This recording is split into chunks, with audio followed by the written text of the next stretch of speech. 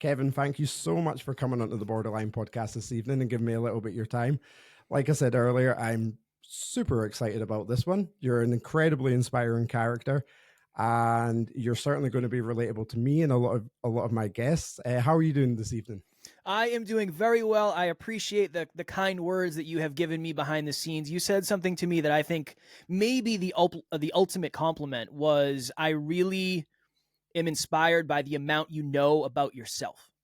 Oh, wow. Yeah, cool. There's something to that. That's why I started this in the first place. So I'm excited to chat with you. I love what you're doing. And I'm very, very excited. Yeah, like I said, I watched a little bit of some of your interviews with other people earlier on today, and I was just blown away by your openness. And like I say, the knowledge of you have of yourself. But obviously, a lot of the listeners won't know who you are, what you're about. So could we just get a little bit of a background of who Kevin is and how you became the person that you are today? Yeah, today Kevin is the founder, host, and CSO of Next Level University. We're a global top 100 podcast with 1,860 episodes, I think. Wow. As of today, over 1 million listens, and we have listeners in 175 plus countries. But obviously, that is not where I started, and it has taken a long time to get there. The shortest but most accurate version of my story would be I was raised by my mom and my grandmother. I didn't know my dad. I didn't meet my dad until I was 27. Lower middle class, we talked often about whether or not we were going to be able to pay rent. So that was kind of my upbringing. The rest of my childhood was normal, all things considered, whatever you want to define normal as. But in high school, Andrew, that's when things started to shift because I knew I didn't want to go to college. I didn't know what I wanted to do, but I knew college wasn't the answer for me. And actually, in high school, I was training to fight mixed martial arts professionally. That was something I wanted to do for a while. So I graduate high school. I get a job at the local gas station. That was my first ever job. And I worked at the gas station. I was then a truck driver. I was a forklift operator. I cleaned bathrooms and floors at a hospital, construction worker, tiling, on-call firefighter for a very short amount of time. But in my early 20s, I got a job in an industry called weatherization. We go into large buildings and we retrofit them to make them more energy efficient. I went from making $15 an hour in construction to anywhere from $60 to $120 an hour with this new job. And I was convinced, cool, I'm good. Everything's going to work itself out. All the stuff that I've been trying to work so hard for over the last however many years is coming true. I'm going to be successful. So if you looked at me when I was 25, a few years later, I had my dream body because I was competing in a bodybuilding show. My girlfriend at the time was a model, sports car, high-paying job, new apartment, great friends, all of the stuff. But internally, I was miserable. I was depressed. I was anxious. I was insecure. My girlfriend at the time ended up leaving me, and I proceeded to just grind my face off to try to make even more money because I assumed that would fix the rest of the problems. I made the most money I'd ever made at 26. And then 27, I ended up sitting on the edge of a bed contemplating suicide because I was so miserable and I felt so trapped and I couldn't imagine that the future had any hope or any brightness. I ended up reaching out to a friend of mine who is now my business partner. He talked me off the ledge, so to speak. And then I left that job in 2018 to do this weird podcast thing full time. And I've been doing it full time since 2018. So for 6 years, coming up on 7 years now. Wow. That's a lot of information to dissect. Let's start with, obviously, like you said, you went from a really high paying job to being on the edge of your bed, feeling incredibly suicidal. Did you ever in the past struggle with mental health at all? Is there anything that you could recognize even when you were doing the job and working a load of hours? Was anxiety an issue for you, or, low self-esteem? Was there any sort of issue for you there? Low self-esteem was always there. You would just never know it because I didn't want you to know it. And there were certain things so I'm somebody who is very blessed because I've always been in pretty good shape. And then when I started working out, I was always in pretty much better shape than anybody around me. Yeah. So you'd never know I had low self-worth, low self-esteem, because the second This is always the joke. If I was at a party and somebody spilled a drink, my shirt was off before the drink even got all the way over, because in my mind, that's how I get significance. Yep. I might not have what these other guys have, but they don't have what I do. Let me show off the thing that I actually have. So you never really know. So there were 2 other times in my life where I had mental health, things that I would consider mental health red flags, for lack of better phrasing. Yeah, cool. One time I was home alone one day from work.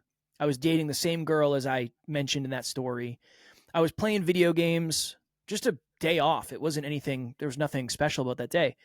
And I just remember sitting there thinking to myself, if this is what life is, just this gray, dull existence, I don't know if I want to do it anymore. Yeah. I didn't have a plan. I wasn't thinking about anything. It was just, there has to be more than this. My girlfriend got home that day and I told her, and she said, Kev, I really think you should go to therapy. And I said, nah, no. Unnecessary. Don't need it.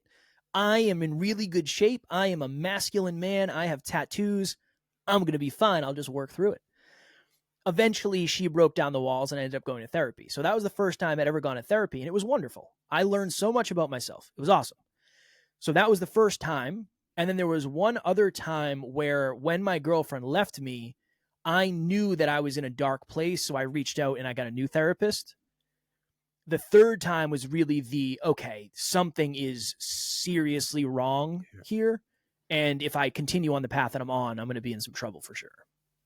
Yeah, like you say, it's obviously great that you recognize the red flags, like you say, and especially the big one that sticks out. A lot of people don't see that, and it's obviously ends up quite tragically different. So, very important that you acted on it and then seek the help, and thankfully here we are today.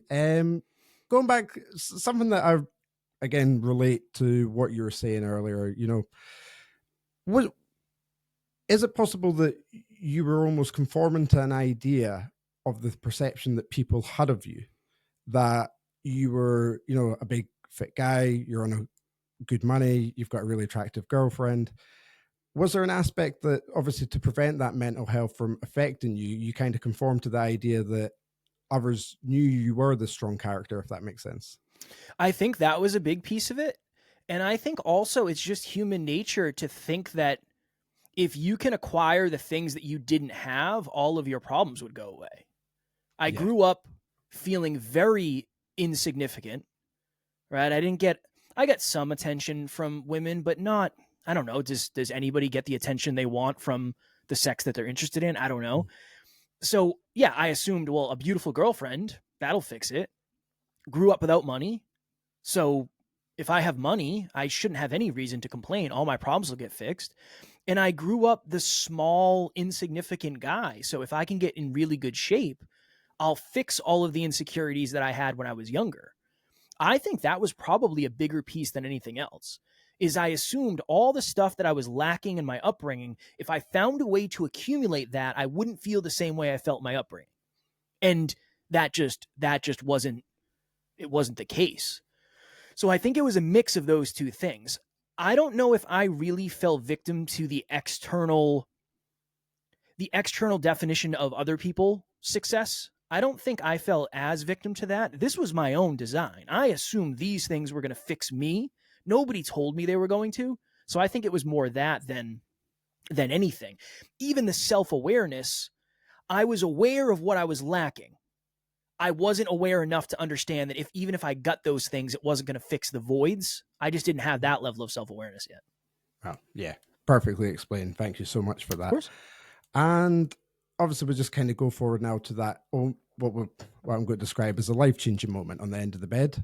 You're feeling suicidal and you reach out for help. Could you talk about the significance of just reaching out and what the importance was of receiving messages back? I always say, anytime we talk on this line, I always say that you do not wait until there is a thunderstorm to build the umbrella. You build the umbrella on a sunny day with the understanding that the thunderstorm might come. So it wasn't super hard for me to reach out to the person I reached out to because we had already been vulnerable. with each other. We had already talked about mental health. We talked about relationships, fears, uncertainty, limiting beliefs, all that stuff. It was everything, because I think one of the things that happens is when your back is against that wall, you think to yourself, there's no way the future could be bright. There is no hope. I think that's one of the common things when it comes to mental health is when you feel like you lose hope, I think a lot of us feel like we lose the desire to live. When that's not true. It's not true that there's no hope. It just doesn't feel that way. It just doesn't feel that way. It doesn't mean it's not there. So I reached out to someone who I felt could add value to my situation. And to your point, imagine if I reached out to someone and I said, hey, I'm having these dark thoughts. I'm having these feelings. I don't know what to do. What do you think I should do? I could have got 3 different answers. I could have got the answer that I got from him, which was, Kev, over the last couple of years, your awareness has changed a ton, but your environments have remained the same. I think it's time for you to change your environment. Somebody might have said, Kev, nobody really likes their job. Just be grateful you're making $90 an hour at the job you're at right now. Or, Kev, just get through the week, enjoy the weekend, and next week will be a little bit better. I could have got any of those different things. The advice I got, the person I reached out to had really good stuff to say to me, which really, really helped me. So yeah, having the courage to reach out to someone, unfortunately, I think it starts long before you need to reach out to someone. So what I always say is, if right now life is going great and you don't have that many complaints and your mental health's in a good spot and everything feels good, start building those vulnerable, authentic relationships now. One of the reasons I can talk about a lot of the vulnerable, quote unquote, stuff that I talk about is just because I've talked about it so much that I'm not insecure about that anymore. But if I was still going through it, if I was having a really bad mental health day and you said, Kev, how did you get over all that and how'd you work through it? I might not have a good answer. I might say, Andrew, I don't know if I could even add value. I don't know if I can talk about that today. Right? So it's kind of all that mixed together. Yeah, that was 2 huge points there that I'd like to kind of hone back on. Obviously, the quote from your friend, and that's that am I right in saying this? Your awareness has changed, but your environment has stayed the same. Yep. Yeah, I mean that's so crucial when I think about my own situation as well. You know, I'm assuming by that time you were really running into hating your job and what you were doing, and was that message alone the significance to change your perception and the way that you wanted to live your life? It gave me a couple things. It gave me permission to make a different decision, and I knew I wouldn't have to do it alone. So Alan and I so I started the podcast in 2017. Alan was my first guest. So him and I already had talked about, oh, it'd be really cool to do this full time. What would that look like? So we already had conversations about it.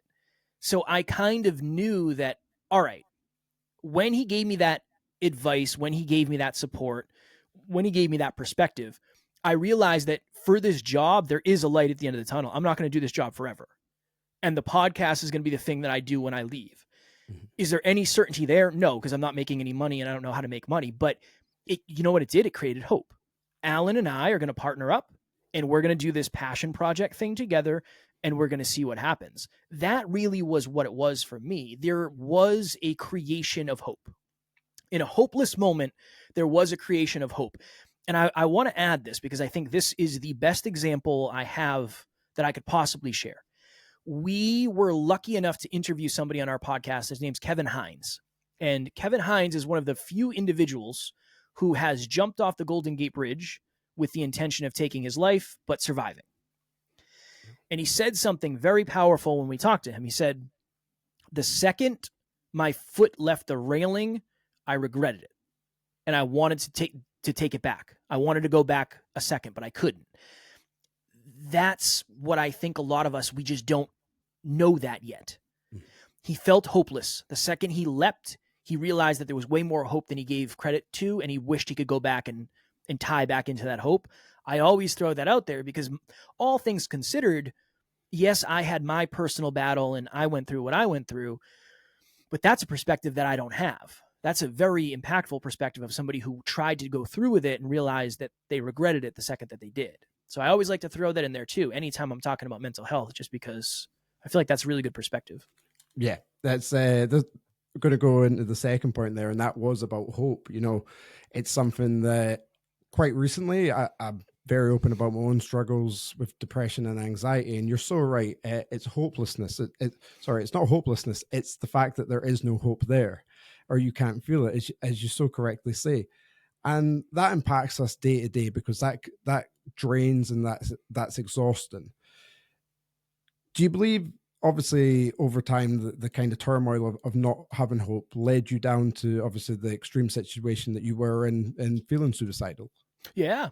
Yeah. Yeah. I think I created this life, and then I knew that if I was to try to do something else, I was going to have to start over again. What I usually say is nobody thought I was going to be successful. I wasn't supposed to be successful. I was the kid who didn't go to college. I was the kid without a dad. I was the kid who worked at the gas station. I was the kid who was not going to make it. Then somehow I made it. I could not imagine a world where I was able to be more successful than I was. I felt like I got lucky. There's no way this is going to happen again. So I think a lot of that played into, there's no way my future will ever be as good as my present is. It's not possible. Even though right now my present is terrible, circumstantially, I don't think I'll ever get beyond this. That's what really, really made it hard for me, is I had felt like I had overcome the odds, and I just didn't believe I was going to ever be able to overcome the odds again in a better way. I cannot imagine a world where Kevin is more successful and actually fulfilled. I can't imagine it. So that was the hopelessness for me. I'm going to start over. I'm going to go back to making $0 an hour, and I'm going to have to go into debt and figure all this out. There's no way I'm going to make it. Nobody gets to live their dreams from where I come from. Yeah. I mean, I can relate to that just so easily. It's where we're going to go next with this podcast, I guess. And that's on about starting up your own podcast. And we can definitely relate on that. I've got to ask you, because I still get nervous. How was your mental health doing that podcast for the first time? You're obviously in a much better headspace, having moved on and especially seeking the help and then forming the partnership with your friend. How nervous were you? I'm just going to go straight in there and ask that. More nervous than I think anybody would possibly imagine. Yeah. I don't know if you would have been able to tell, but it took me roughly 150 podcast episodes to feel remotely good. 150. That's a lot of episodes to not feel like you're good. And Andrew, we had some big guests. We had some pretty big guests early on because the landscape of podcasting in 2018 and 2017 was different than it is today. So I was just riddled with self-doubt. I had very low self-belief. I felt like an imposter. I always felt like everybody knew I didn't know what I was talking about. I was very, very, very nervous for a long, long, long time. And this is how I know. At this point, I've done close to 3,000 episodes between our shows and other shows and guesting. And I've probably given, I don't know, maybe a dozen in-person speeches, done a lot of virtual speeches. If you said, Kev, you're going to talk to 5,000 people from where you're sitting right now, I don't know if I would be nervous at all. If you said you're going to talk in front of 50 people in person, I would be 9 out of 10 nervous. Yeah. I've just done this setup, this rep, this microphone, these headphones, this camera, these lights. I've just done this so many times. I haven't spoken in person as much. So it reminds me of what it was like in the beginning of the podcast. Yeah, I was supremely nervous, probably more nervous than anybody can imagine, probably more nervous than you were at the beginning of yours. I don't know. I don't want to compare it, but I was terrified. Yeah, it's a truly, truly terrifying experience. I'm not going to beat around the bush for that one. Well, that's why I try to make it, I always try as a guest to make it easier. Like, yeah. I don't care if you mess up. I have messed up more than you have, for sure. You've just never seen it. This is the weird thing. I think one of the most common misconceptions that holds people back is where somebody is today is where they've been forever, and where you are today is where you've been forever. You said this in the beginning. Most people don't know you yet. Most of the people that are listening to this podcast. So they're just going to assume that I showed up here the way I am today. That's not the case. You just missed the first 1,800 episodes when nobody was listening. And somebody out there might think, well, where I am today is where I am forever. No. Just like where Andrew was in episode 1 is not where Andrew is today, where Kevin was in episode 1. I think that's such an easy trap to fall into, because it seems like people are overnight sensations. They weren't popular enough for me to know that they were an artist or a singer, a songwriter, whatever, a director, right? Yeah. That it's so true what you say. Like you say, we come to our perception is coherently flawed at times, and like you say, we like to view others, like you said, in that mindset that this is exactly how they've been since they've started this from day one, and I'm going to make a judgment on them from what I see right now. And that's just not the story. I've heard you talk about imposter syndrome on another podcast, and you just mentioned it there. Could you, just for anybody listening that maybe doesn't understand that term or its context, could you just explain exactly what imposter syndrome means to you? To me, imposter syndrome is whatever your deepest fear is about yourself, the fear that other people are going to find out that fear and then directly point it out to you. So it's usually when it comes to like skill acquisition. I am somebody who I get nervous before I go on certain podcasts with people that are ahead of me. PhDs, millionaires, people who are just super, super, super, super successful. In my mind, they're thinking that I'm not good enough, I'm not smart enough, and they are waiting for me to get found out. That's what imposter syndrome to me is. You're afraid everybody is going to find out what you are afraid you're going to get found out for. That isn't real. And it becomes this weird cycle. But I don't know if imposter syndrome ever goes away, / if it's supposed to go away, if you're growing. If you want imposter syndrome to go away, I can give you the way. Stop growing and then stop doing things that scare you. And just live wherever you are and just stay comfortable. I'm willing to bet your imposter syndrome will pretty much go away because you're not expanding what you're capable of. Now I kind of think it's there to live. And instead of trying to get rid of it, I think I have to learn how to coexist with it. And that's been a very important pivot for me over the last couple years, but this year specifically. Well, there's always a bit in every episode that I do that I guess will say something, and straight away it completely resonates with me. And the way you're explaining that, the timing is so bizarre. 2 days ago, I got back to doing personal solo podcast where I talk about my own mental health and how things have been going. And oddly, what you're saying there is exactly how I define my intrusive thoughts. It's my insecurities about what others perceive me to potentially fail at. I don't want to fail. So that's where the direction of my thoughts usually go.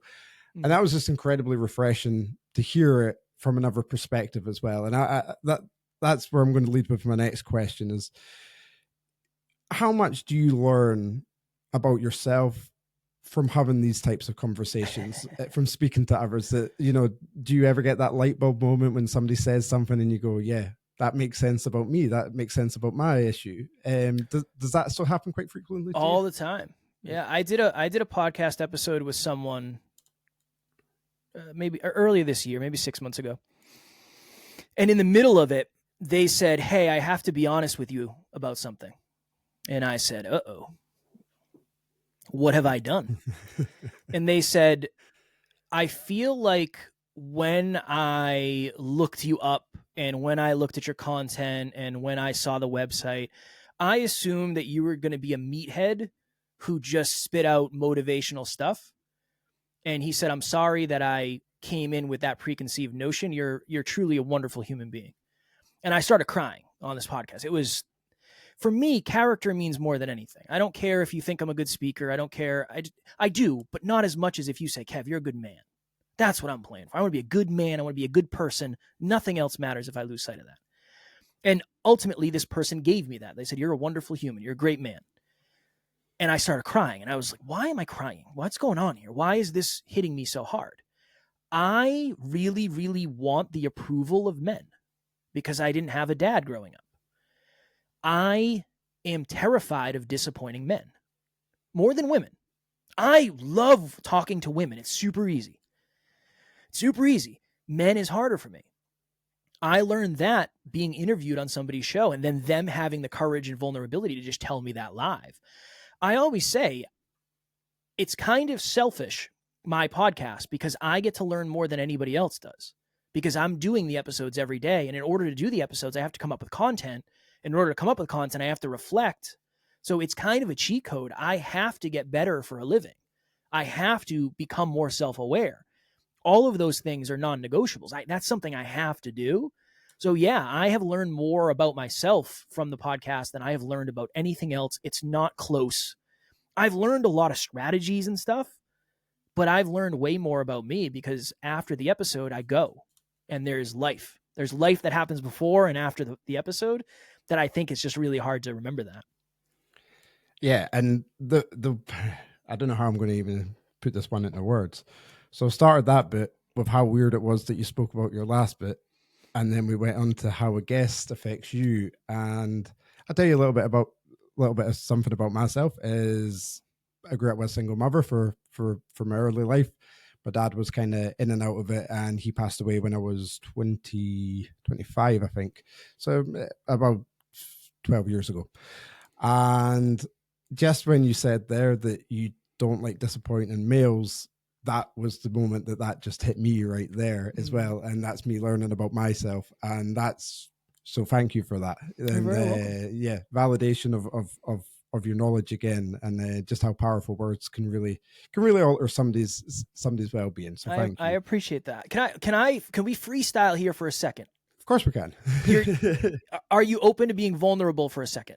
Yeah, of course. Yeah, 100%. I figured as much, but I want to check. What is your deepest fear that I'm going to think about you? Is if there is one? Probably, I always go with the answer that comes to mind as you're asking the question, because that has to be the realist that gets put into the forefront. And straight away there would have been, again, probably failure. It's just a word that just came up into my head that maybe this guy doesn't think I'm actually really that good. Maybe this guy, is expecting me to fail. That sort of narrative is kind of what I get from a lot of exchanges when I speak to males as well. So yeah, I would say that's probably my most self-conscious aspect about myself. Yeah. I told Andrew this in the preamble. I guess it's technically not called preamble in our pre-chat. I looked up the show and I looked up what you were doing, and I immediately was like, I love this dude. Thanks. So for me, I don't care what happens. I do not care what happens when I don't care. I like you. Yeah.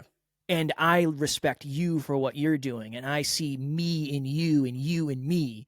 So I don't know if that'll change anything, but just from my perspective of yours, I'm not thinking about that at all. I'm thinking about your character, and I'm thinking about what a wonderful human being you are. And that is what resonates with me more than anything. So I just wanted to give you that. Oh, well, honestly, you talk about crying on podcasts. I've not quite cried on this one. That's, yeah, thank you so much. You're very welcome, my friend. That's beautiful words. Now I lost my chain of thought. I'll just get back to my notes for a second. No worries. So, obviously, you manage your mental health. I think, would it be fair to say that you manage your mental health a lot better now than what you did years ago? Is there anything that you actively try to do daily that helps you stay on top of your mental health? Exercise is one. I notice a drastic difference in everything when I go to the gym versus when I don't. It's huge for me. It is absolutely huge. Even if it's not crushing a workout, even if I go do cardio, there's something about, hey, Kev, this is good for you. You'll be grateful once you did it. Go do it. This is something that I am ashamed that I didn't understand this sooner. I pretty much get 8 hours of sleep every night. Andrew, for most of my life, I would be running on 4 or 5 hours of sleep every night. I didn't realize how much that was hurting me cognitively and definitely not helping mental health, for sure. Mm-hmm. I would say those are probably the two biggest ones. I journal every day now, which is nice. We have a journal. But yeah, no, probably those two. This is one of the hard things for me. When I left my job, my depression essentially went away. Yeah. So much of that I think was just circumstantial, just overwhelm and uncertainty and just out of alignment. My anxiety got way worse because I was way more uncertain. But now this weird thing happened where for the first 3 years, I was so far outside of my comfort zone, an unhealthy amount. Probably did damage in the long run, genuinely, unfortunately. But now the amount of pressure that I can take without getting anxious is just way different. It's weird. It's something to the effect of when you work really, really, really hard on yourself internally and externally, the external world raining on you just doesn't affect you the same. It still affects me, but a day in my life today would have killed me 5 years ago. Now it's different. I still get anxious at times, but very, very rarely and very, very different. So I would say self-improvement. Yeah, I try to get a little bit better every day because when I do, I feel like the external world just doesn't affect me the way it used to. Yeah, that's, pardon me. That's such a strong point again. Again, something that I relate to there. Sorry, I've just totally lost my chain of thought. I'm just going to put a mark on there. No worries, buddy.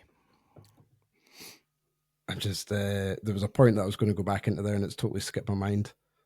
I love that this is happening because it's quite literally your biggest fears coming up in the middle of the interview. Really is. I'm getting exposed right now. It's going to be, and it's going to be totally fine. And we're going to deal with it. And it's going to be totally fine. Yep. Put a little, in fact, I might not even edit this out. I challenge you to leave it in. All right. Okay. I'll leave it. Okay. I'm going to reboot the brain. What do we actively do to stay on top of mental health? Spoke about the gym, journaling. I'm sorry, would you be able to repeat roughly what you were saying at the end there, towards the end of that part, if you don't mind? Yeah, I feel like the more, and do I have any science to prove this? No. I feel like the more I work on myself from a self-improvement perspective, the more I learn, the more I pour into myself, the less the external world affects me. The stresses just aren't the same. I'm still stressed out, but it's not enough to drive me over the edge where I have to shut down and just clear out the day and go lay in bed. It's just not like that anymore. Yeah, I'm back on track now. I know where I was going to go because that's so true. Because last year I had a terrible, terrible affair with anxiety, and I was just super, super anxious the entire time, super agitated, super pumped up. It's like you literally feel like you could fly off the rails at any time. And since then, I've went on this, I guess you could call it a spiritual, like you say, a self-improvement for sure journey that I've really kind of started learning a lot about myself. And it's just so true what you say there, that once you kind of handle the worst, the ultimate worst of the anxiety, everything does feel just subjectively that little bit easier.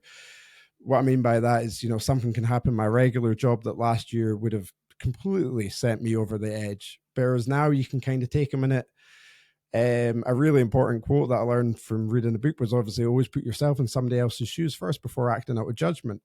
And I think that's so true because that's something that we are flawed at quite a bit. And more so when we talk about mental health and the judgment and stigmas attached to that. So yeah, again, just another completely relatable point back to yourself. As natural as this was always going to go. I love it. as do I, and that bit is definitely staying in. Let's say I'm completely relaxed now, and enjoy it. So, was there a moment to you? I often go on about kind of seeking validation from when imposter syndrome is at large. Was there a moment of validation then when you switched to podcasting? Maybe it was a stat, maybe it was a guest, maybe it was just a feeling that you got after a certain episode that cemented that idea, the notion to get into podcasting, to delve into it. Were you validated at any point that this is right. I've made the right decision here?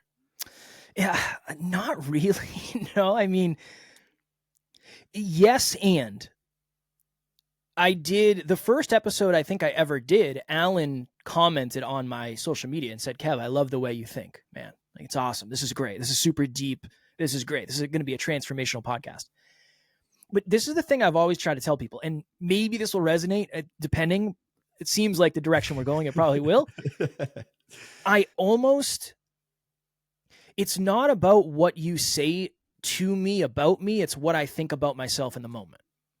So we could get off here and you could say, "Kev, that was a flawless interview." I'm thinking of the thing that I didn't know what to say. I'm not thinking about what you're saying to me. I'm thinking about me. Getting external validation is nice and it's helpful, but my internal dialogue matters to me more than the external validation, because external validation is fleeting. The internal dialogue is what matters to me. So we got some really good, in the beginning, we got people saying, "You guys are the best interviewers we've ever come across. You're amazing." All of that. We got that. You've changed my life. You've saved my life. All of those amazing messages. But it always goes back to, if I have self-doubt, I need to figure out and get right with myself. That's a huge piece of it. This happened at one point, and one of my biggest fears came true and ended up being a positive. Somebody reached out to me on Instagram and they said, "Hey, I don't mean to be condescending or negative, but what gives you the credibility and the expertise to be a coach?" And I was like, "Oh no, I'm found out. This person knows I don't know what the hell I'm talking about." And I thought about it, initially got triggered, thought to myself, we should have a physical altercation with this person. Let's just put up our dukes. We'll handle this the old fashioned way. And then I thought about it and I crafted a message and I said, "Well, I appreciate the question as much as it stings. At this point, I've done 300 podcast episodes. I've had the privilege of interviewing some of the most successful people on the planet. I've read, at that point, probably dozens of books. I've been tracking habits now every day for however many years. I've studied self-improvement. I've essentially turned my life around. I believe I can help somebody get from maybe their level A to maybe level B, C, D, whatever." Something about sending that message to somebody else with all of the proof that I had accumulated helped me so much with imposter syndrome. Because that was my deepest fear. My deepest fear was somebody going to say, "Kev, you don't know what you're talking about. How do you coach people?"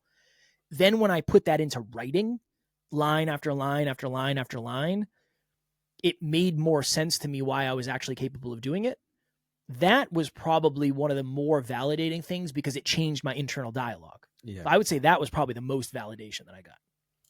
Yeah, that's so true, because I'll do an episode, you'll get people coming up, say, "Oh, that was brilliant, that was really good, that was really good." But internally with me, it didn't quite sit 110% for me. So I'm never going to be okay with that notion. Like I say, I don't know about you, but I am the world's highest critique of myself. It's impossible to be flawless when the intrusive thoughts come in. How have you changed since you started podcasting? Looking back at the person that you were and the person that you know about now, what are the key things that you've learned about yourself, about Kevin, and how you've grown as a person? In the beginning, I was wildly insecure. You probably wouldn't have known it, but I was afraid of, again, imposter syndrome is a big one. I would villainize people who knew more than I did because it was easier for me to feel bad about them than it was to feel about me. That's something I did in the beginning that I was able to shift pretty quickly, but I still have those moments. My business partner is one of the most extraordinary humans. He probably is the most extraordinary human I've ever met. He's just different. There's something different about him. He's just different. I mean, he's exercised every day for the last 1,000 days. And that's on top of 8 podcast episodes a week. He's just different. He's a cyborg. He'll still say stuff occasionally where it's like, "Dude, how arrogant are you?" And then I think to myself, is this a me thing or is this a him thing? Because realistically, he's done everything he said he was going to do. So I don't think it's arrogant. I think it's just in the future, "Oh, okay, this is probably going to be a me thing." That's something I still am playing with to figure out what's real and what's not.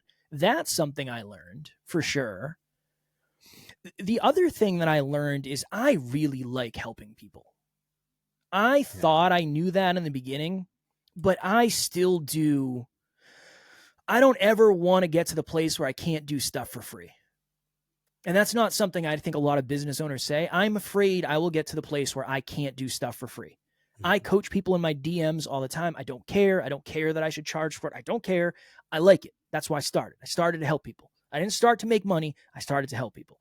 That's something about me that I didn't understand, and I've learned that a ton. And then I've learned that I am capable of getting good at stuff because I am very gritty. I'm very resilient, and I tend to be pretty consistent. So I never thought I would be good at this. I never thought I would have the confidence for somebody to say, hey, Kevin, give me a minute on motivation and go. I never thought I could be that guy, ever. I never thought I would be capable of speaking into a microphone, putting words together that make sense, and maybe motivating or inspiring somebody. Never knew that was going to be a thing. So I just underestimated drastically the amount of evolution someone can have over time. Yeah, that's such a good way of putting it. The evolution of yourself, because that's what we are. That's how we live. We evolve as we progress with ourselves, and we become. There's nothing wrong. I think I put a quote on the other day that today could be today could be the first day of the rest of your life. You just have to choose it to be. Yep. We got there eventually with that quote. Quotes are hard, my friend. I'm slightly rusty. It's all good. Quotes are hard because if you forget the first word, it's almost like you don't know any of it. Yeah, and I stutter sometimes really badly. So if I go in for that first word and it's just like a 1 or an I, and that's it, gone. It's not a quote anymore. It sounds terrible. It's almost ineffective. It's all good, my friend. It's all good. How does it help to have a business partner? This is, I guess, maybe more of a personal question for my own. Just gotten into podcasting. I do this completely solo, and it's a fun little venture for its first year. Obviously, like you say, you could have a point pointed out to you quite bluntly to your face. That must help you though in the long run. It must. For sure. Yeah. It sucks in the short run. Yeah. But at this point, Alan and I have both agreed, just tell me the truth. If I don't know something, it's going to hold back our business. And if it holds back our business, it's holding back the entire team. It's holding back the entire community. It's holding back Alan. It's holding back his potential family. It's holding back me, my family. It's not about me. There's so many more layers to this business than me. I'm a piece of it, cool, but it's not about me. I think the most beneficial thing is Alan and I are completely opposite. So I am somebody who is wildly emotional. He is somebody who is hyperlogical. Two humans like us usually don't work together for 7 years like we have. But we have very similar core values, core beliefs, and core aspirations. We both want to bring self-improvement to the world. We both want to change the world in our own way. It wouldn't work if we didn't have that. Neither of us are entitled. I don't think I should be more successful than I am. I'm as successful as I should be based on the things that I've done and the things that I've stopped doing. So that works really, really well. So I think it's one thing is you always have built-in accountability. If Andrew and I are going to the gym, I'm more likely to go because Andrew's going to be there waiting for me. One of the reasons we've never missed an episode is because of that. It's not about me. It's not about Alan. It's about the community. And there's two of us making sure that it gets done. So that's a piece of it. The necessity is extra because I have somebody who, if I don't grow, is going to leave me behind. Yeah, that's scary and that's my deepest fear, but it's also a powerful motivator. And I've been able to learn things and see things from the other side that I just never would have had the opportunity to see. And I've learned so much about myself that I just never would have. I wouldn't have been able to learn the things I've learned about me if I didn't have that mirror. Just like Alan has learned a lot about himself through me. But it's not, we sit down and here's the lesson plan. It's, how did you know that? How did you know that was going to happen? How did you predict that? Oh, I don't know. I just did. No, tell me how. Like, what were the things that, oh, interesting. Then we both learned something from that. So it has been invaluable. I honestly, if I'm being very honest and transparent, I probably would have quit. I would not have made it this far. I wasn't capable in the beginning of being as consistent as I needed to be. I would have tried, but I definitely would not be nearly as successful as I am today. And I might not have made it here, being very honest. Yeah. Let's say it's certainly something that in the future I'm going to look towards branching out, because like you say, it's having that it's kind of like an automation between a pair. Like you say, when it works in tandem, it can work so beautifully. Yeah. And like you say, when you're getting the reminders, when you are getting potentially exposed to your fears as well, that's only going to help you in the long run. I mean, yeah, that's a really, really, really strong message. I like to, towards the end of episodes, focus back onto the listener and what any guests that we have on the Borderline podcast can learn specifically.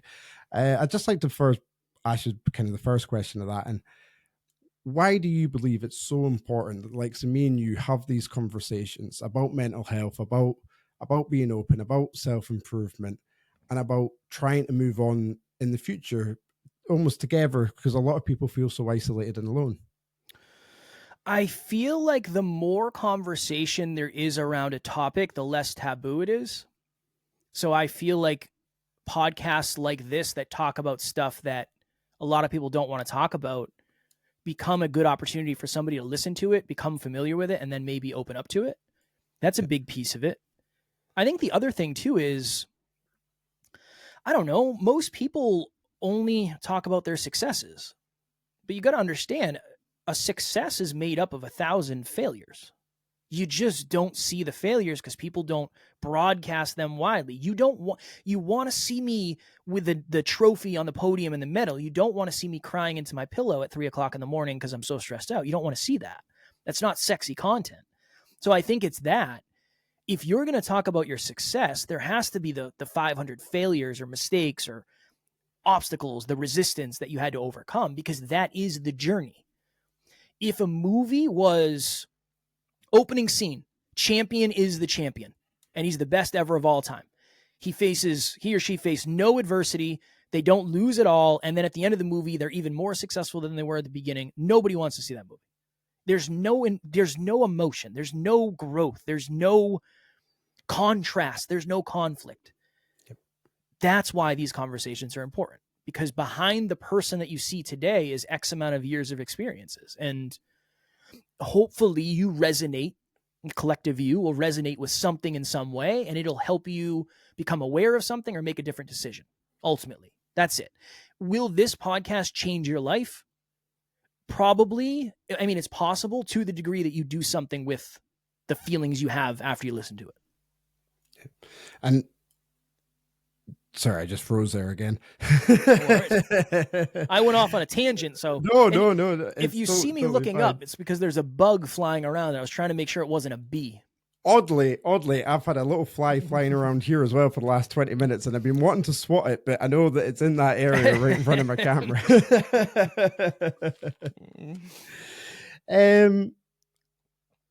I'll go with my penultimate question for you, Kevin, and focusing on advice for others. I'm going to learn a little bit about this, so I'll ask it because it'll be a personal question from me to you as well. You've been from the very starting point of podcasting, and you're now incredibly successful at it. What message do you give to anybody in the podcasting? Maybe they're just starting out, maybe they're a year in it like myself, or even somebody in a couple of years' time.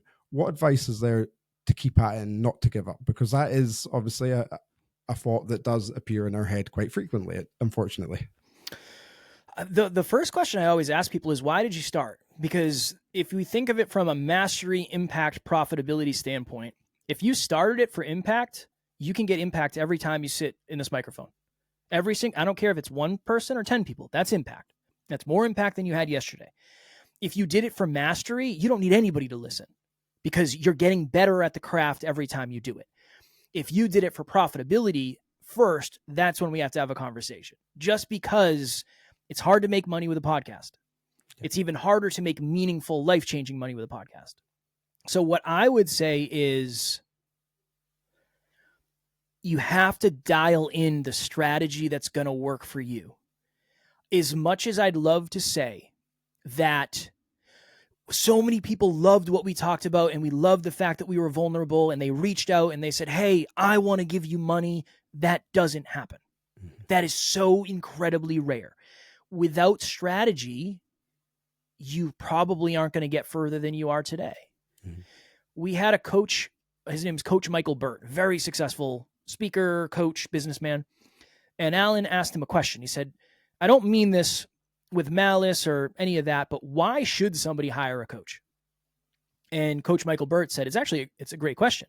He said, because I know how to do it and you don't yet. That's all. That's it. In the simplest form, a coach knows how to do it and you don't yet. It doesn't have to be a coach in this example. Find a podcast about podcasts. I have a podcast that's free, all about podcasting every week. We can talk about that at the end if you want. YouTube, books, reach out to people. You got to find the strategy.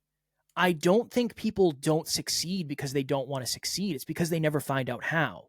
And I know it sounds overly simplistic. Thank you, Kev. Tell us the strategy. The strategy is specific to everybody. Andrew's strategy is going to be different than mine. Can I raise your awareness on what strategies work? Sure. But without the strategy, you're just kind of relying on luck. And if luck was predictable, we'd all go play the lottery and we'd be wealthy, but it doesn't work that way. So really dial in the strategy. I've noticed two types of people. There's people who don't care about their audience at all, and they are hyper focused on strategy. They tend to make money because they're just out there doing deals. And then there's the person that I love and I love working with. It's the person who is just so heart-driven and they love this and they want to help people and they believe they have a mission and a purpose and a message, but they just don't know the strategy. If that's you got to seek out the strategy. If you're somebody who knows the strategy and you don't care about your audience, whatever. You do you. You're not necessarily my cup of tea. Yeah, and I completely agree with that. That's brilliant advice. Thank you. You're very welcome. Yeah, you're very welcome. And I guess the kind of final message from you to the listener, and this is what I like to do with every episode, and that is, do you have a message for anybody listening tonight that potentially is struggling with their mental health? Maybe they are looking to reach out to that friend that they are vulnerable, but they're not too sure how. Could you just give any advice personally from what you've learned over the years as well, and a message to them? I would say, even if you're not struggling, sit down and make a list of people that you feel safe with, regardless of where you are, because eventually you might need that list. But I don't know if I have a good piece of advice, honestly, because it's hyper personal and it's hyper specific to what you're going through. I would say this: you matter more than you probably give yourself credit for. That I have a deep belief in that. I believe that your future can be brighter than you think it can be, coming from the guy who thought his future was dark and dim and nothing was going to happen. My life is so much different than I thought it was ever going to be. I've worked very diligently and I've had people help me and I'm blessed. And I also came from a place where I didn't think any of this was possible. So I think there's duality there. I would say do the smallest thing you can possibly do to feel progress. You don't have to get up and go to the gym and do an hour. You don't have to clean the entire house. You don't have to do this. You don't have to do that. Maybe it's getting out of bed. Cool. Awesome. Progress is personal. Maybe it's making your bed.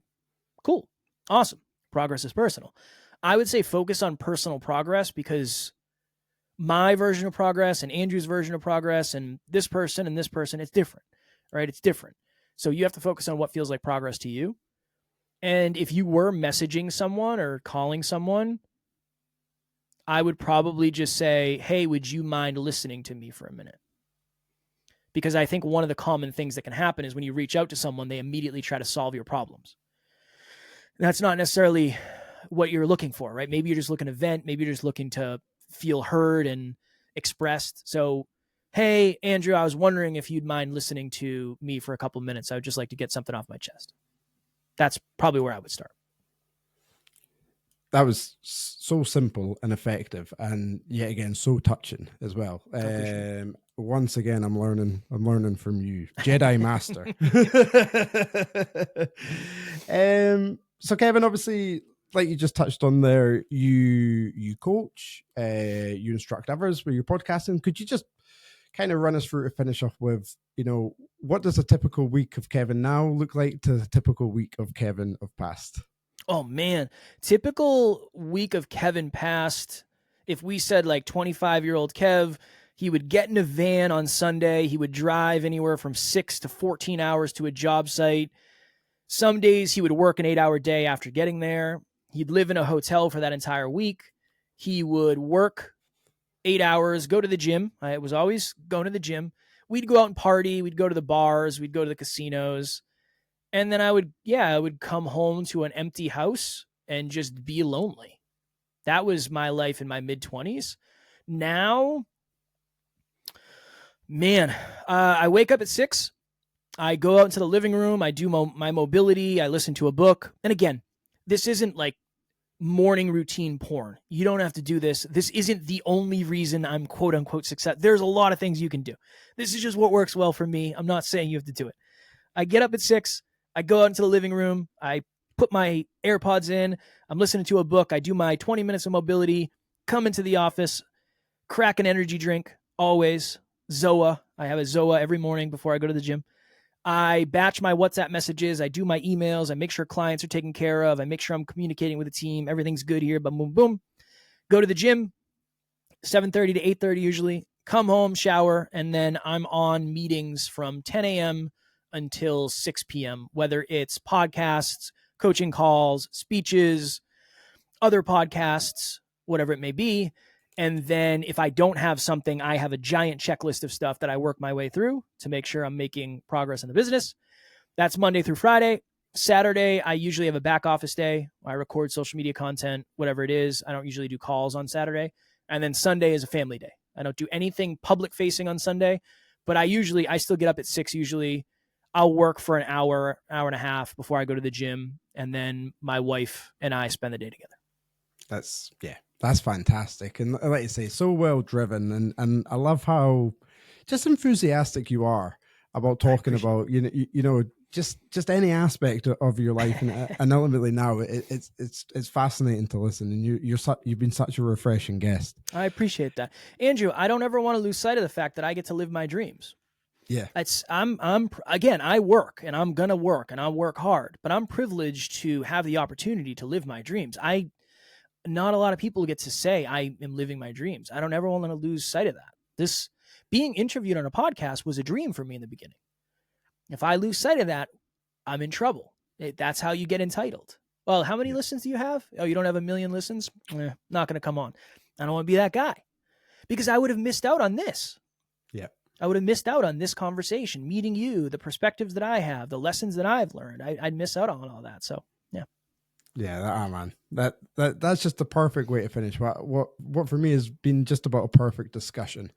Kevin, for me personally, and this isn't even talking about the podcast, I'd like to thank you for what you've given me personally tonight, and that is so much self-reflection as well with what you've said. As just I've said it many times, you've resonated with me, and you've been incredibly relatable. And the effect of that is that you're incredibly inspiring, and I'm sure many other people listening who have potentially had struggles, maybe they're feeling that aspect of hopelessness, will listen to this, and hopefully that dynamic of our conversation will change their mindset slightly. So honestly, thank you so much. It was my pleasure. It takes two to tango. So I would mirror that back to you. I would say thank you for being courageous, even though I know you feel rusty and this is the first one in 3 or 4 months, but I'm proud of you for showing up because I can't just show up. You got to show up too. And I think you did a wonderful job of showing up.